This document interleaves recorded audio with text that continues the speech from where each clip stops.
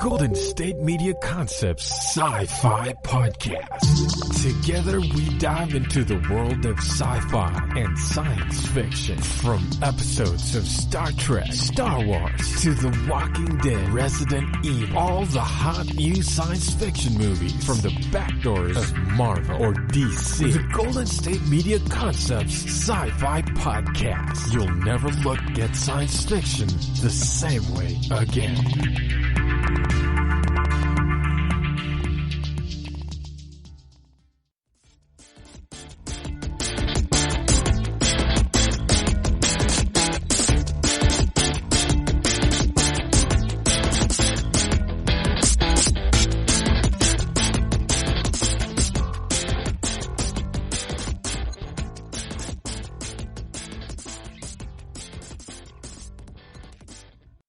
Thank you for tuning in once again to the GSMC Sci-Fi Podcast, brought to you, of course, by the GSMC Podcast Network. I am your host, Josh Hadley. Tonight, the first segment I want to look at is, why is there such a bias against science fiction? And when I say science fiction, I'm including everything: horror, fantasy, comic books, video games, all that. The genre, if you will. Why is there such a bias against science fiction in the mainstream? And by the mainstream, I mean not just mainstream culture, but like awards shows or anything like that. And now obviously this bias has fallen off because of the success of the Marvel movies and things like that. That science fiction and the genre are much, much more accepted now than possibly in any other point in history. But that doesn't mean they're completely accepted. Because to me, it's really strange when you go back and look at, like, say, the highest grossing movies of every year. You go back and look at the 70s, the 80s, the 90s. Almost always, the top movies, with a few exceptions, obviously, but almost always the top movies were genre films of some kind. But did the Academy Awards ever honor genre films? Extremely, extremely rarely. Maybe for like special effects, things like that. Because, you know, like American Werewolf in London won the first award ever for special makeup effects, things like that. But you rarely saw Best Picture, Best Actor, Best Actress, Best Director of a genre film. Again, it happened now and then, but there was always this implicit bias there. And that's what I have an issue with. Because, like, even by 1991, when Silence of the Lambs came out and was just getting critically praised, and it was on the cover of Fangoria magazine, and it was nominated for a bunch of Oscars, they wouldn't call it a horror film. They kept going away from horror. It's not a horror film, it's a suspense thriller. It's a thriller. They kept calling it a thriller. It's about a guy who is trying to make a fat woman skinny so he can cut her skin off and wear it so he can become a woman, and one of the people helping catch him is a cannibal who eats people in the film. That's a horror film. That's a genre film. That's not a suspense thriller. But they knew, if we call this a horror film, we will not get Oscar nominations for this. Horror films do not get Oscar nominations. Horror films don't win awards. Horror films are not looked positively upon in society. And again, there have been exceptions. The Exorcist got nominated for a bunch of Oscars and won a bunch. I actually thought it was really strange when, in 1986, Sigourney Weaver was nominated for Best Actress in Aliens, because that type of movie was a no-no, absolute no-no to get awards. And so it's kind of amazing how there was always this bias against science fiction. Like, you know, the A-Team was really popular on TV, and you had all these cop shows. And then I remember when I was in high school, the first Flash TV series came out. And immediately, it was dismissed. Why? Well, it's based on a comic book. That's, comic books are that kids stuff. And there's always been this weird bias against science fiction. And it kind of bothers me. Not that we have gotten past it, but that it took as long as it did to get past it. That is what really, really bothers me. Because now, the fact that Black Panther got nominated for Best Picture when that was just a political move, because Black Panther, okay, I don't like the Marvel movies to begin with, okay? Black Panther is the most thoroughly mediocre of the Marvel movies ever made. There's no reason that movie, of all of the others, should have gotten nominated for an Academy Award. That was pure asinanity. I don't even know if that's a word, but I just made it up. Asinanity, because I couldn't say the word I wanted to say. So, how did we get past this bias? Because, remember, while there was this bias for science fiction, sci-fi's that kid stuff, Tom Rothman at Fox, for years, he hated the fact that the X-Men movies kept making money at Fox. He hated it. He thought science fiction was just the dumbest, lowest form. He literally said, science fiction is kids stuff. And he hated the fact that he had to keep making X-Men movies when he was running Fox, because they kept being popular, and he wanted to make big, huge period dramas that would win Academy Awards.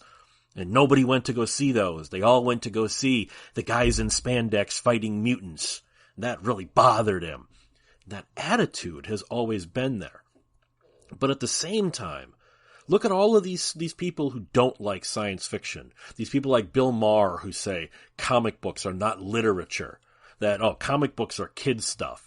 At the same time, Bill Maher got his start in science fiction TV. So, little bit of a hypocrite there, Bill.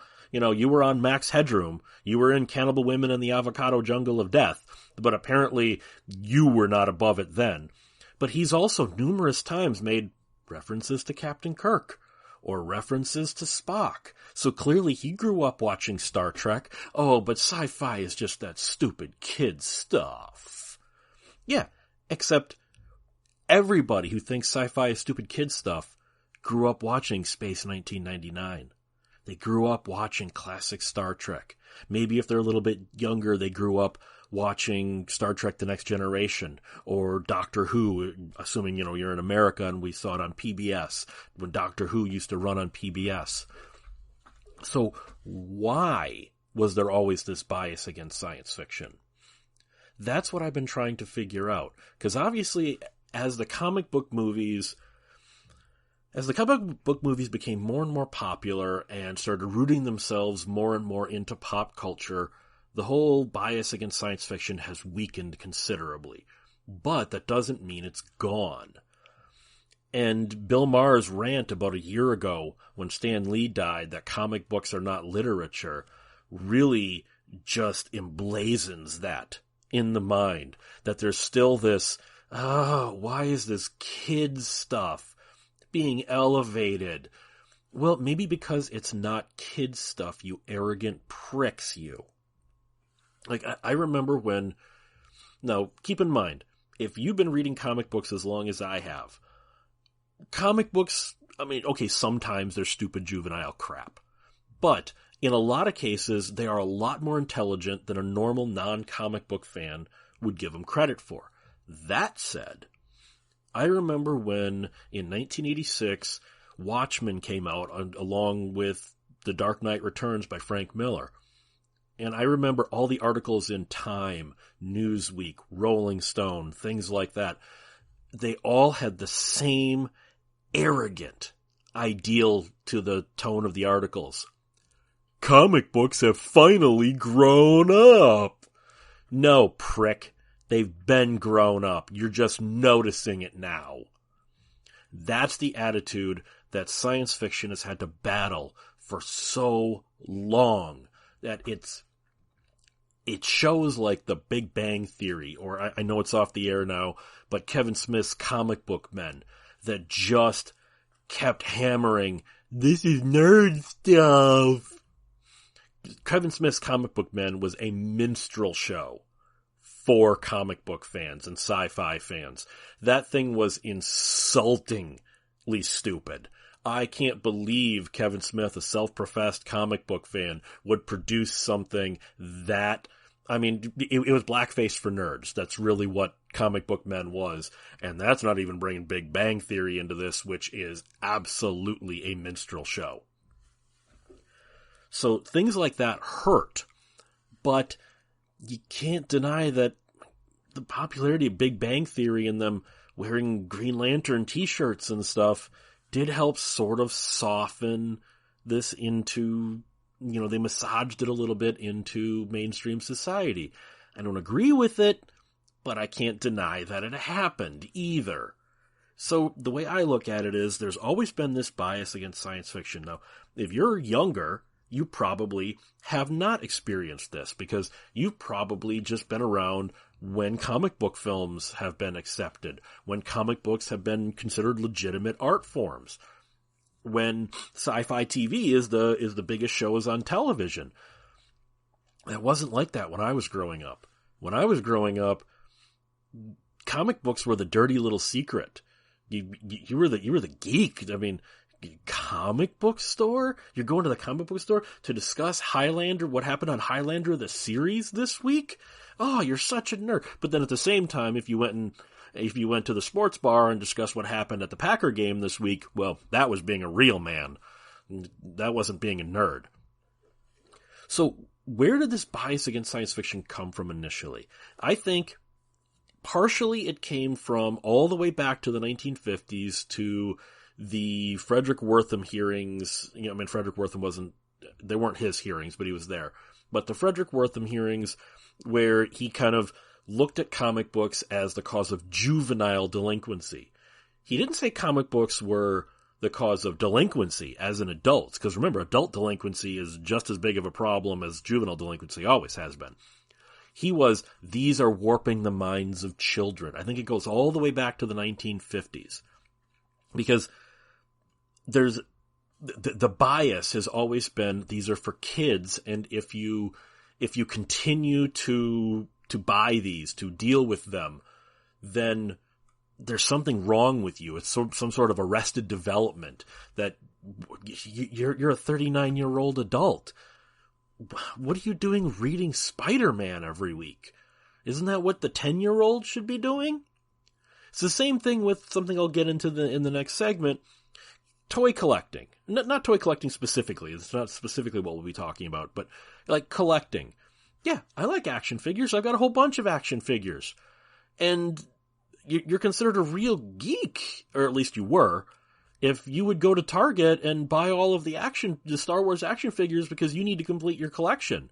Now, I won't say it's legitimate, but it's been more legitimized, if that makes any sense. And this problem about bias against science fiction is something that it's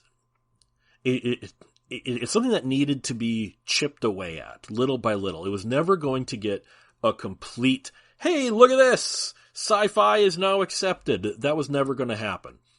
But this little chip away, chip away, chip away, chip away, chip away, that's how we got to where we are. Where you can wear a Spider-Man t-shirt out in public, and you might find 3 or 4 other people wearing a Spider-Man t-shirt. When I was a kid, that's not how that was going to work. The Spider-Man t-shirt was going to get my ass kicked. So, the bias against science fiction was real. I'm not going to say we've overcome it, because that would be a lie, but at the same time, I do think the walls have been weakened. And so you younger listeners out there, anyone who's a younger listener, you guys don't understand what it was like. And I'm not saying that in my day, I had to walk to school with no shoes and 6 feet of snow, uphill both ways. That's not what I'm implying. I'm saying you guys don't understand that the fandom that you so eagerly dive into was not always what you are experiencing. it was not always like that. Wearing a Lord of the Rings button on your jacket would get your ass kicked back then.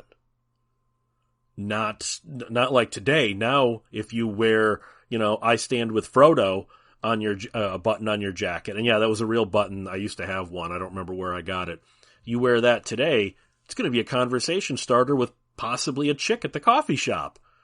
So things have changed. You people have got it pretty good. You don't know it, because there was a real bias against science fiction. So we're going to take a break in a minute.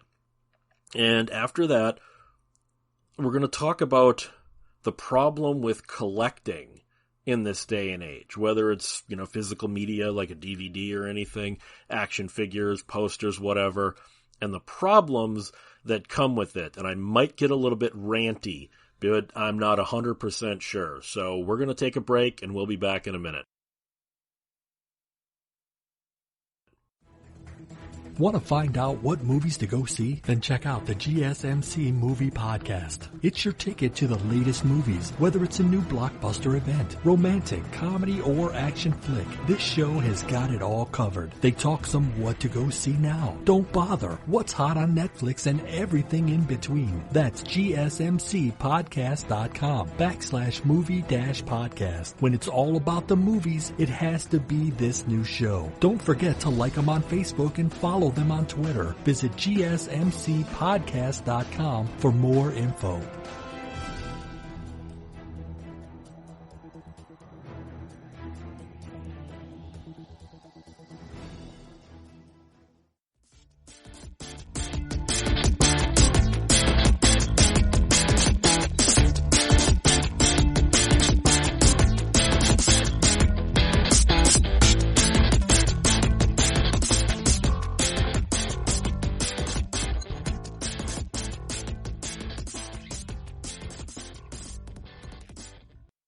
Collecting. We all collect something. I collect VHS, DVDs, movie posters, action figures, video games. Basically, if I can collect it, I do. Now, I used to have a much larger collection. I kind of had an epiphany a couple of years ago. I got divorced, and I kind of had this thing wash over me. You know what? I really don't need all this crap. It wasn't that my ex-wife was giving me problems or anything. It was I had the epiphany, I really don't need all this stuff. But that doesn't mean I still don't want some of this stuff. There's a difference there. But there's a big problem that the internet has created when it comes to collecting. And the action figure market is possibly the pure exemplifier of the problem here. Now, they're not 100% the problem, but they are the exemplifier of the problem. And that is resellers. Because if you're trying to collect something, there's an action figure you like, or there's a play set, or hey, maybe there's a limited edition comic book, or whatever it is, it doesn't make a difference. How many times have you seen, oh, this thing is limited to such and such 100 pieces. And you go to the website, as soon as it goes live, boom, there's none left. Because one or two resellers bought them all at whatever the retail price was and then popped them up on eBay for 3 times the price. That's something you see all the time. These are what I call collector scum. These are people who don't care. They're in this to make money. They're profiteers.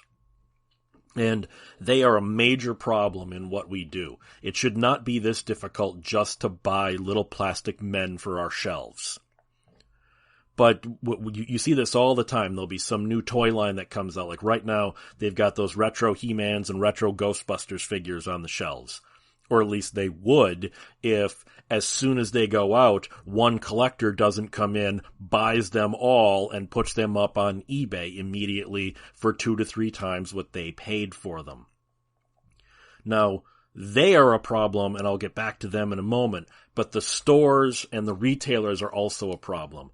They don't put limits on this stuff. And even when they do, the scumbags find a way around it. But one of the things is, I remember I just happened to be in a store. This was back in the 90s when there was a weird variant on the X-Men figures, like I think Cannonball, it was a weird color or something. It was some strange variant. I don't remember exactly what it was. It was at like a KB Toys or something. That tells you how long ago it was. They don't even exist anymore. And I was there with my wife and son. We were just shopping. And they were putting out a new, they had just gotten in or just gotten around to a new box of X-Men toys. And they started putting them out. And one guy saw that they had some of the variant. So he literally grabbed the box and said, I'm going to take them all. And the employee was like, we got to put them up. And the guy's like, I'm taking them all. And the employee didn't fight him. So it's like, hey, how about leave one for somebody else? These collector scum piss me off more than you can imagine. These people that are, no, I need to sell this for 3 times what you're selling it for. That's how I make a living. No, you're a parasite. You're a complete and utter parasite. Because, especially when it's something that's limited, I shouldn't have to pay 3 times the retail price the freaking week it comes out to get one. Because the stores, they don't stop these people. Or at least they don't enough. My mom used to work at Target. And when there was some exclusive Star Wars thing. And she knew, from me being her son, that about the collector scum and all this. And this one guy came in and tried to buy every single one of them as soon as they went out. And she shut him down. No, you're not doing this. She's like, you can have one. You need to leave some. And he got in a huff and a puff and he got in her face and he left. And the whining little bitch called the next day and complained. And they said, look, you can't stop them. If he's going to be paying for them, he can buy them all. That's the stores being culpable in this. You need to put a limit. You get one. And none of this, well, I left the store and I came back and bought another one, and I left the store and I came back. Because that's what these scumbags do. That they'll find any way to get this so they can pirate it. I remember my mom told me once at Target when the NES Retro or Throwback or whatever that was, the tiny little NES thing that came out a couple of years ago, they got 6 of them for the store. That's it, 6. And there was a guy waiting for the store to open. As soon as they opened, he ran back there, bought all 6. And then I was curious, so I went and looked. Yep, all 6 were up on eBay later that night. This is a problem in the collector's world. Resellers are a problem.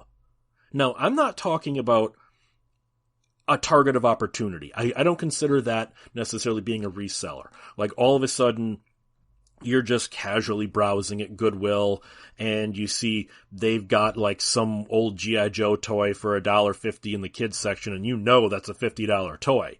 You buying that and putting it up for $50 for the $1.50, I don't consider that being a reseller. You stumbled upon something. Now, if you made that your job to scrounge through Goodwill and look for all the things that are, then you're on the line. But to me, resellers are the problem. You find this with DVDs all the time. You'll get these rare limited editions. I've never understood why companies do the limited edition DVDs when they know there's a more interest than whatever that limited edition is. Hey, we're only going to make 1,000 of them. Oh, look at that. We sold all 1,000 of them in the first hour. Yeah, and I'll bet you 888 of those did not go to actual fans of that movie. They went to some collector who has a bunch of bots who were ordering them, and now they're all up on eBay for $80 instead of the $20 you had for the limited edition. I've never understood that whole, we are making a dead set amount, and that's it. I get it to a degree, I guess, that there is, maybe especially if it's like a weirdo movie, that there's not going to be a giant market for some weirdo 80s slasher film that you're putting back out. But at the same time, you know the collectors are going to do this. I am sick of finding some movie that I didn't even know came out on DVD. I didn't even know it had a DVD release. And I go and look, oh, it's sold out everywhere. Well, let's see what the secondary market is. Oh, $180 for this DVD that came out in 2019. No, that's a problem. Being a collector should not be something you have to save up for. Now, I'm not talking about a super rare limited edition thing that maybe, there's one or two of. I'm not talking about being a collector where, a movie prop from 2001 should be $18 or something. I'm talking average, normal, I want this new DVD. I want this new action figure. Like, I love Captain Caveman. Okay? And I know the action figures for the new Scoob movie came out before the movie because COVID pushed everything back. So I get that. Now, obviously I hadn't seen the movie yet at the time. I was unaware at the time Captain Caveman was in the movie, but I am a giant Captain Caveman fan. I grew up on Captain Caveman. Unga bunga, damn it. So I was overjoyed when I saw a Captain Caveman action figure. To the best of my knowledge, that's the very first Captain Caveman action figure that's ever been made. And it was for the Scoob thing. So I bought it. I bought it for me. I did not buy it to resell. I bought it because I love Captain Caveman. So I got home. I opened it. I positioned him in Scooby. And, I got curious. Because I thought, with the movie not being out yet, I wonder. And I was also kind of curious if this was the first Captain Caveman action figure ever. Because I thought, maybe they did put out something a few years ago. Maybe, let's see. So I went to eBay. Captain Caveman action figure. That one set with Scooby-Doo and Captain Caveman that I bought for $9.99 was going for $49.99 on eBay. And people were paying it. And I just started thinking, they had 4 more on the shelf at the Walmart I was at. And it never crossed my mind, hey, maybe I should go buy those and put them up on eBay. Why? Because I have a conscience. I'm not a piece of crap reseller. I bought the one I wanted, and then I left 4 of them there for other people to enjoy. What a shock, right? I guess I'm the rarity when it comes to collecting. And I have had it with resellers. Because you can always kind of tell a reseller, if there's a flea market, you have lots of people who maybe don't know what classic video games are worth or anything like that. You can always tell the people who are there at 6 a.m. when they open. And they go through all of the tables who don't know what they have, and they buy up all the Nintendo games and things like that for the $2 or whatever it is, and then immediately go to their table and price them at $20 a piece. That's not business. That's being a piece of crap. You are being an opportunist vulture. And you are ruining collecting. It's asinine that I should even have to say this. And there's going to be some people that are going to retort to this and say, hey man, you snooze, you lose. They got there first. Why can't they buy them all? And I'm going to say, shut the hell up. You're part of the problem. Collecting should be something that's fun. It should be something that brings the genre community, the sci-fi community, the horror community together. It shouldn't be something that divides us and pits us against one another in a competition to see who can get the stuff first, who can get the best stuff. That's not what this is supposed to be. This is supposed to be a shared communal community, really. So, resellers are a problem. And I'm sick of it. And I bet a lot of you are sick of it. I bet a lot of you are sick of finding out, oh, hey, there's this super rare, Super 7 is going to be putting out some super rare action figure line, some retro line, and, it goes live at 7 p.m. on Wednesday. At 7:01 p.m., they're all sold out. That's not the way this should work. This should work that you want one, well, then you can get one. That's the way this is supposed to work.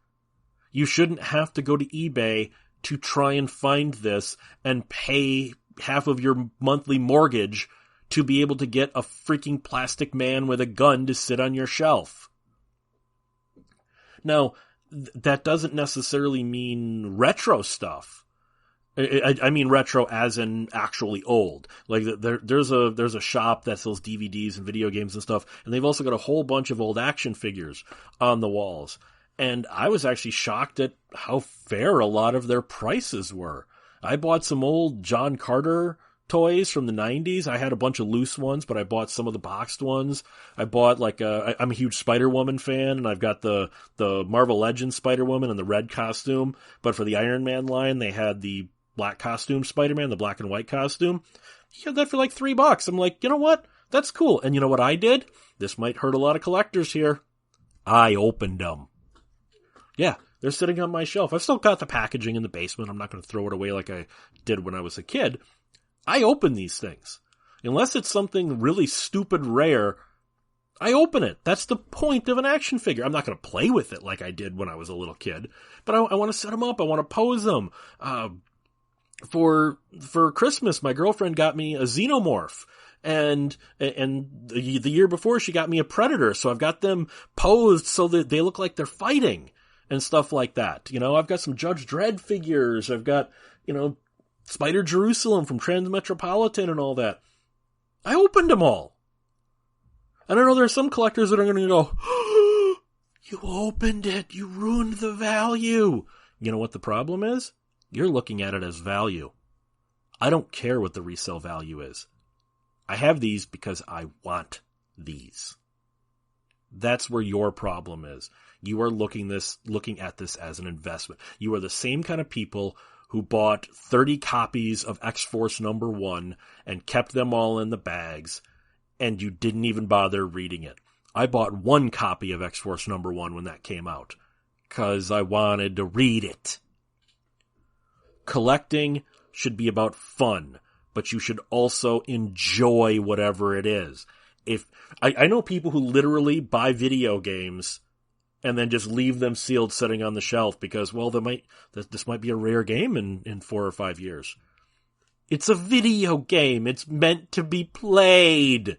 Take it out of the package, pop it in your PlayStation, and play the damn thing. Yeah.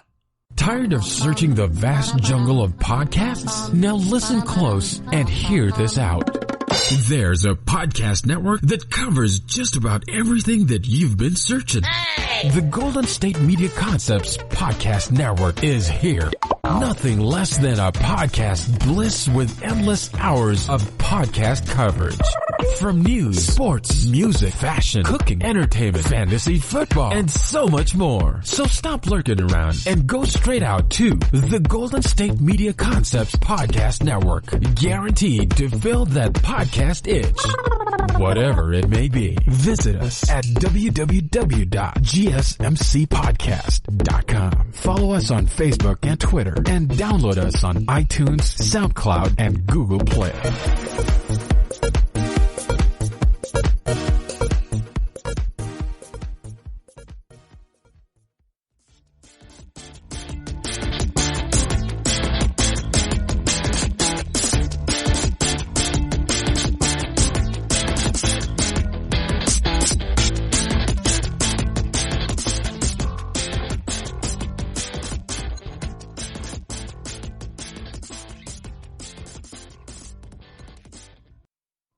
People here remember Empire Pictures. Now, you might be more familiar with its follow-up, Full Moon Features, but let's talk a little bit about Empire Pictures. We'll talk about Full Moon a little bit next week, maybe. But Empire Pictures is one of those companies that put out movies I guarantee you've seen. I guarantee you grew up renting. Some of you might even have seen them in the theaters. And you probably don't even realize that they were either all from the same company or what they meant at the time. So before we talk about Empire Pictures, we got to back up a little bit, and we have to talk about Charles Band Productions. So Charles Band was a producer and director. His father was Albert Band. He made a whole bunch of black and white movies in the 60s and all that. In the 70s, he created Charles Band Pictures. He was basically making drive-in stuff like Mansion of the Doomed, Crash, obviously not the Cronenberg one. This one's about a killer possessed car. I haven't seen it in a long time, but I remember it's pretty insane. And he made these movies. He made some hardcore films like Alice in Wonderland, hardcore, things like that. And then he decided to come into Empire Pictures. He decided that sci-fi and horror was his niche. And Empire's thing was he set up, because he grew up with his father directing movies over in Italy, while he's American, Charles Band was fluent in English, or fluent in Italian as well as English. And so he set up over in he set up over in Italy, and one of the things he loved to do as a kid was read Marvel Comics. So he wanted to make the equivalent in the early 80s of Marvel Comics style movies. And so he eventually would buy, when Dino De Laurentiis was going out of business, he would buy Dino's old studio and all those old props and things like that. But he set up that Empire was this almost a mini major, if you'd call it. You know, Charles Band was one of the pioneers of the VHS market. He was one of the first people that saw video is the future. He was the second label. First there was magnetic video, then there was Meta home entertainment, and then Meta would turn into media, and then he would have Wizard Video, and he was one of the first people to say, we need to cater to this market, to the video market. And while these movies weren't made for video, almost all of them were released theatrically first. They found their life on video, and that'll become really important when we get to Full Moon. So with Charles Band, his idea of Empire Pictures was he was creating an empire. And he made the very bombastic statement that they were going to release 2,000 movies by the year 2000. This was in 1983. So in 17 years, with no hint of irony, he decided we're going to make 2,000 movies in the next 17 years. Most of the movies would be budgeted at around $500,000 to $1 million. They would have great production values, and a lot of them did really, really good, at least for the time. He wasn't able to compete with Fox or anything like that. In most cases, he had a couple really surprise hits in the mid-'80s. But in general, when it comes to the output by Charles Band, Empire Pictures was one of those ones, especially if you grew up in the VHS era, that was just amazing. I remember renting every single movie he put out. When it comes to Full Moon, we were actually anticipating them, but like I said, that'll come later. When it comes to Empire Pictures, he would start out with like The Alchemist or The Dungeon Master, which Dungeon Master is a movie most people might not know about or even care about. Or if you're foreign, it was called Rage War over there, Dungeon Master over here. But I'm sure you've seen from Mythbusters, I reject your reality and substitute my own. That's not from Mythbusters. That's a line from The Dungeon Master, 1984.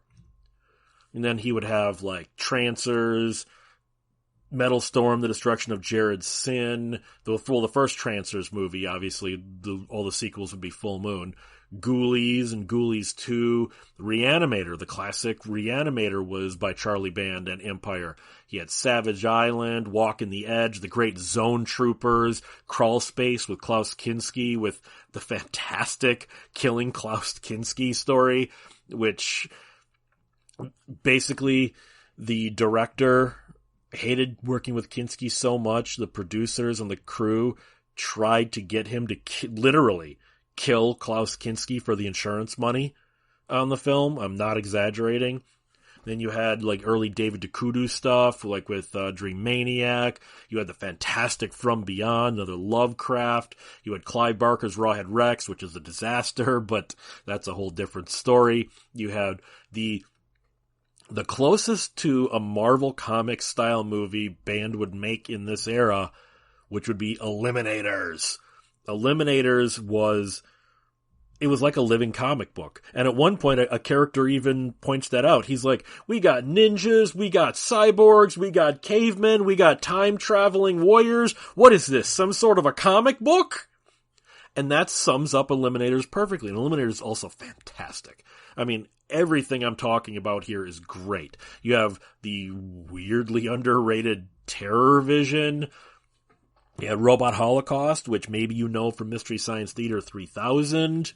You have Vicious Lips, Creepazoids, another David Dakota. You have Mutant Hunt, which is just interesting. That's all I can say. You have, and I swear to God, I'm not exaggerating this, you have the movie Thelma and Louise Plagiarized, Assault of the Killer Bimbos, which was made 3 years before Thelma and Louise. And it is Thelma and Louise, to the point where the director even pointed out there's no way the writer of Thelma and Louise did not take from Assault of the Killer Bimbos.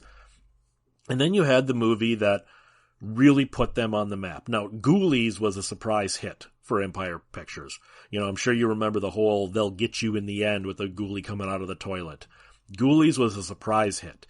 And Band puts that all on the poster. He thinks without that poster, the movie would have just done okay. That poster is what put it over the top. So that really gave him an influx of cash.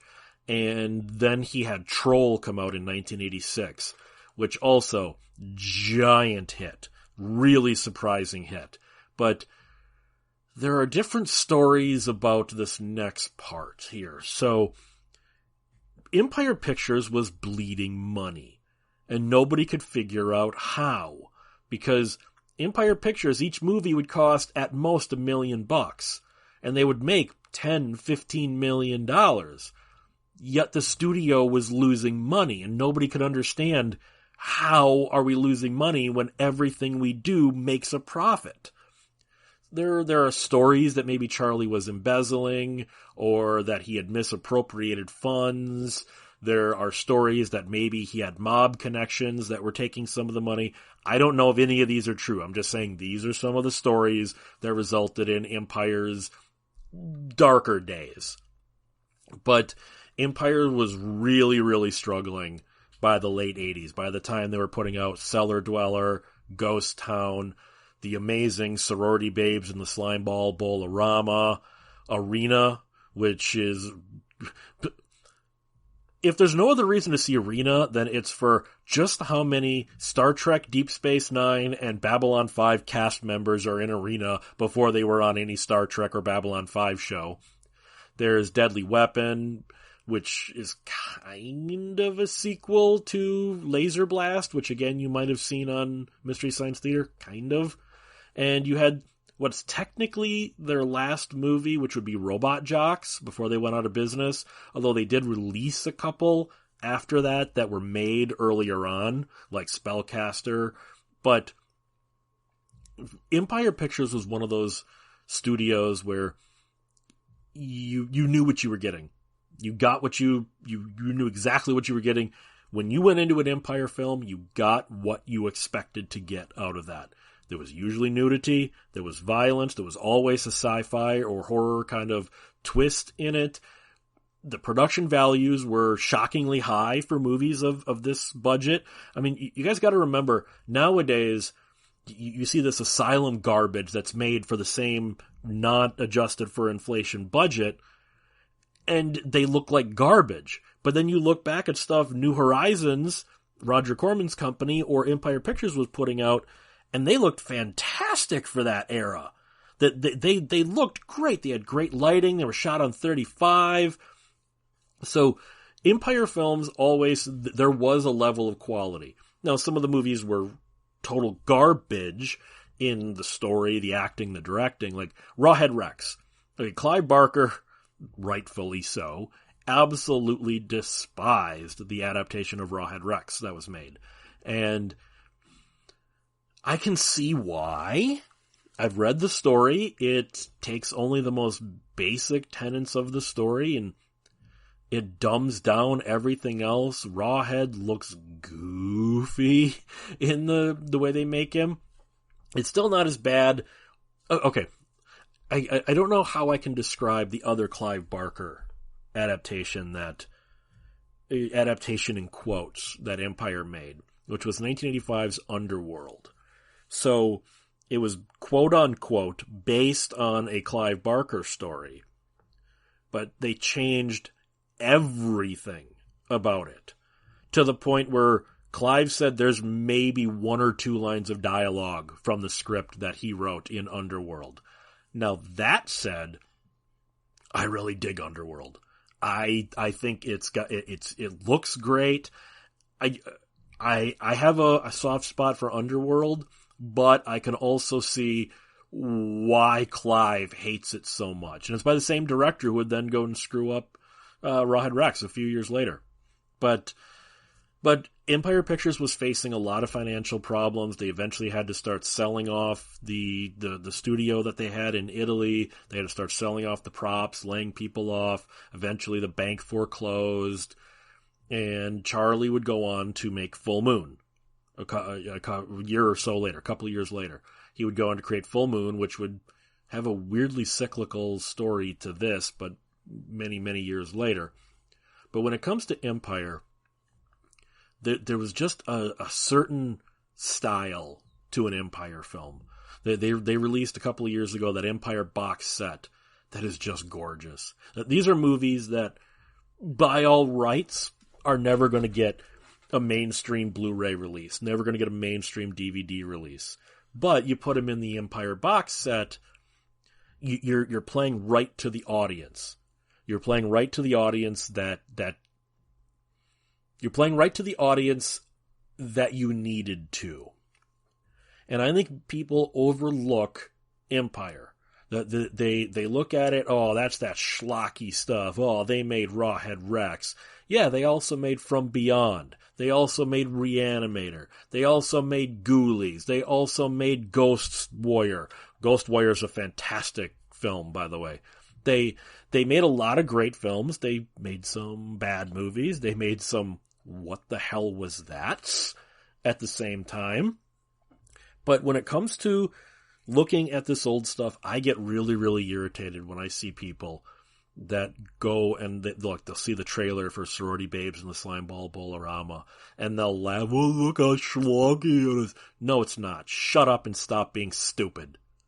I'm sick of people like you.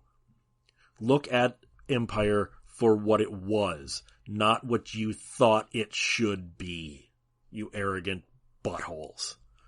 So I think you should check out Empire films. I really think you should, because Empire was a great little, I almost want to call it an experiment, because Charlie really was trying to be a mini major at the time, and he was also running the direct-to-video stuff, like Mutant Hunt and all that would go direct-to-video, and, through Wizard. I almost want to say it was an experiment. I mean, he wasn't doing it as an experiment, but I think Empire proves a good lesson about overspending, overextending yourself, and having too much of an ego about what you do. That doesn't mean he didn't make a lot of great films. And Charlie Band's reputation is complicated when it comes to whether people respect him or not, so let's just leave that alone. But next episode we'll talk about Full Moon a little bit, which maybe was more successful in a technical way. So we're going to take another break, and when we come back, we're going to talk about a phenomenon that doesn't necessarily exist anymore in genre film, and it's too bad, because I love Scream Queens. Watching TV has changed over time. Streaming has become the new norm. That's why Golden State Media Concepts television podcast dives headfirst to the world of cord cutting. Want to be on the loop of what's hot in Netflix? Or if it's not a preference, what about original shows in Hulu? We've got you covered. Join us as we fill in the blanks and talk about movies to stream and what show you should be binging. This is the Golden State Media Concepts television podcast.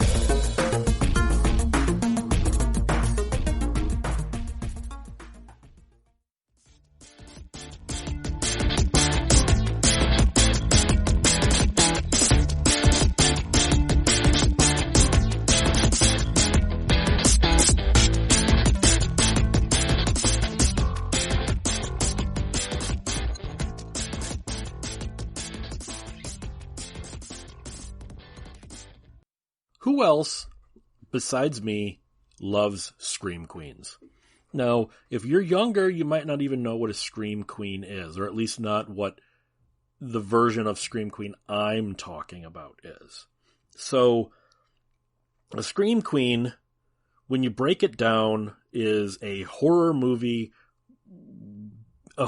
actress who tended to play the victim, usually ended up playing the final girl, and they screamed a lot. Now, this all goes back to Fay Wray, probably in King Kong, which would most likely be the first Scream Queen ever. But really what I'm talking about is the mid to late 80s Scream Queen, which would be, you had the three majors. You had Michelle Bauer, Linnea Quigley, and Brinke Stevens. They were the big trio. Now, you had other ones later on, you had Debbie Rochon, you had Melissa Moore, you had Tiffany Shepis, you had Elizabeth Catane, people like that. That's neither here nor there. I want to talk about the big three and the era that they came from. Because these girls, they became a brand almost unto themselves. They were three actresses who just got their start in relatively low-budget movies, like Linnea Quigley was the antler kill girl in Silent Night, Deadly Night. Michelle Bauer was the Egyptian vampire queen in The Tomb. Or, she didn't like to admit this for the longest time, under the name Pia Snow, she was in a bunch of hardcore porno films in the early 80s, like Cafe Flesh, Night Dreams, Bad Girls, and etc. So Michelle Bauer, she started her career before she wants to admit she started her career. And then you had Brinke Stevens, Brinke Stevens is the complicated one because she started her career just as boobs. And I know how weird that sounds, but all of her really early work was uncredited when an actress, she was basically stunt boobs. When an actress didn't want to take their top off, she would take their top off. You couldn't see her face. And in her first half dozen movies, she was just stunt boobs. That's what she was.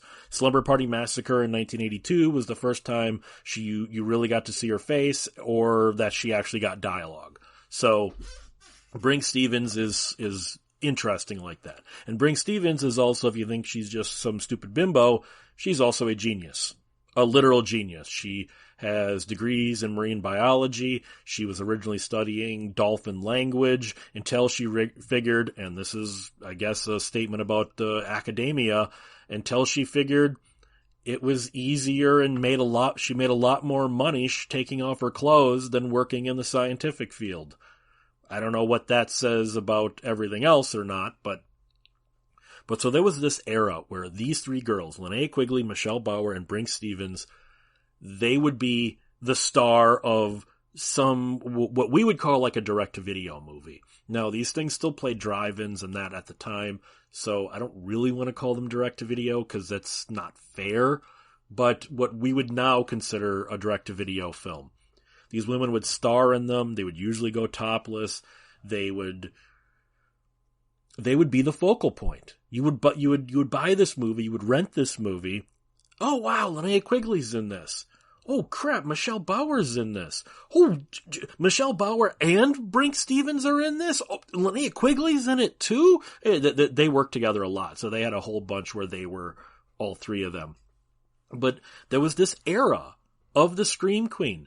I mean, there was a magazine called Femme Fatales, which was all about women in genre films. And that was actually so popular that it actually spun off a literal magazine called Scream Queens that was all about these girls. I mean, not these three girls specifically, but the entire genre of a Scream Queen. And some people say, like, Jamie Lee Curtis was a Scream Queen because, obviously, Halloween, then The Fog, and then Terror Train. It's like, no. One of the things that is about a Scream Queen, it's not that you can't go outside of the genre. Quite a few of them did do things outside of genre. But Jamie Lee Curtis left the genre.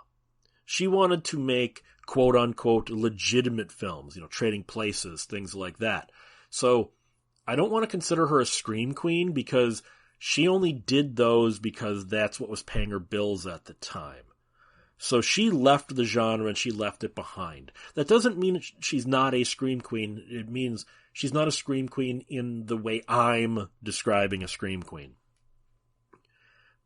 But the scream queens were really huge for about maybe 9 or 10 years. And then 3 things happened all at the same time that just spelled the doom for the Scream Queen era. Because this was a whole era. These girls were being interviewed on Entertainment Tonight. They would be all over the box covers of the VHSs. They would be brought to the premieres. The Scream Queen thing was a real phenomena that if you weren't there at the time, you might have not even heard about. But what happened was 3 things all collided, which destroyed the Scream Queen market in the early 1990s. And like I said, there would be ones later like Debbie Rochon and Tiffany Shepis, but that was sort of a pale imitation of the 80s version. So what happened was, 1, the market itself was somewhat changing. The budgets were going down on these movies, the distribution was going down, because when they started this, VHS was, I don't want to say it's in its infancy, but was in its teenage years. And it, there was not a lot of stuff to buy. Now all the major studios are flooding the market with their back catalogs, so VHS is not the market it used to be. 2, this was the rise of Blockbuster. So Blockbuster was coming in, they were putting out of business all of the small mom and pop stores that used to really, really stock all of these movies. And the thing is, Blockbuster is not carrying these films. Blockbuster was putting forth that family-friendly nonsense, so they weren't carrying Scream Queen movies. So that was a problem, and the girls started to age out of this. They're obviously getting older. That's not a bad thing. They still all looked great. They were good actresses, but they couldn't play teenagers anymore. They couldn't play college students anymore. But they weren't old enough yet to play the mom in a movie, in a direct-to-video movie anymore. So they sort of were in that weird limbo where they're too old to play the roles that made them famous, but not old enough to play the next generation's version. And these 3 things collided, and the Scream Queen market never truly recovered. In the 90s, Troma sort of brought some back, like Tiffany Shepis and Debbie Rochon were both Troma alums, but it was not the same thing. Melissa Moore and Elizabeth Catane, as much as I love both girls, they couldn't really compete with the, and I'm going to put the word in quotes, star power of Linnea Quigley, Brink Stevens, and Michelle Bauer. And then the girls all kept working, but on lower and lower budget features, fewer a year. During the height of it, they might have made 9 movies in a year. Now, maybe they're making 1, maybe 2. And Michelle Bauer basically retired. She just retired and decided to become a mom. Brink Stevens kept working, still working today. Brink probably is the one who marketed herself the best, because not only was she still appearing in movies, but she had her own comic book called Brink of Destruction. She had an audio play that she did. She had her own branding, which is something that the other girls did not do. And then Linnea Quigley, she kept acting, and she got married to special effects man Steve Johnson in the 80s, and she kept moving on, and her career just never really recovered. And that's a shame, because I've heard she's a real sweetheart. So it's a shame that her career just kind of pooped out because, the market just died. And that's the real problem. It's not that these girls did anything wrong. It's not that they were the problem. It was the market died. And that sucks. I hate that, because I love the Scream Queen era. Now, obviously, I'm a male. I'm sure females did not love the Scream Queen era as much as people like myself did. But Scream Queens were a unique little thing in film history. I don't want to say a footnote, but they were a weird little subgenre unto themselves that is really difficult to understand if you weren't there. You know, you'll see like those jag-offs at Red Letter Media just looking at some of the Scream Queen movies, and they're all giggle, giggle, giggle at them.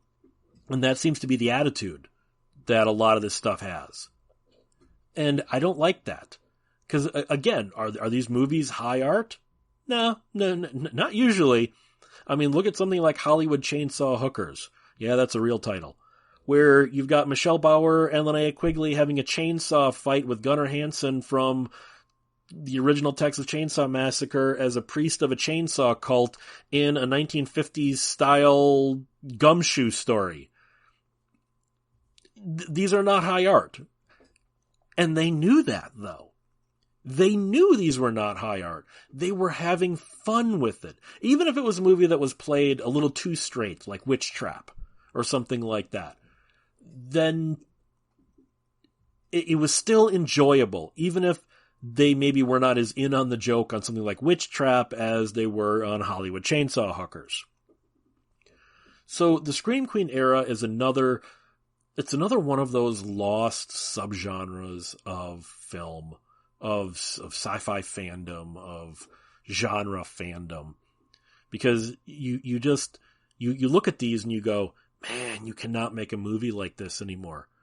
You know, like Nightmare Sisters was made in 4 days, shot on 35 millimeter with a mostly ad-lib script, and it's shocking how well that holds up.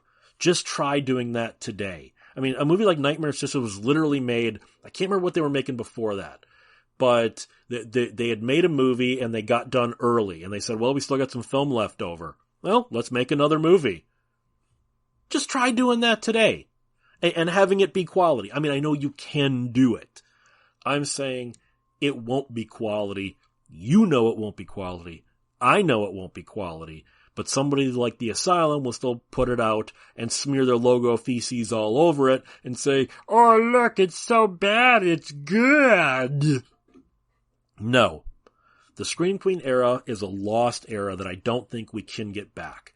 Now, we've tried. There've been a few weird little burps where they've tried to bring the Scream Queen thing back, bringing Brink and Michelle and Linnea out of retirement and putting them in a movie with some of, maybe the modern era. Oh, look, it's a new Scream Queen. No, it's not.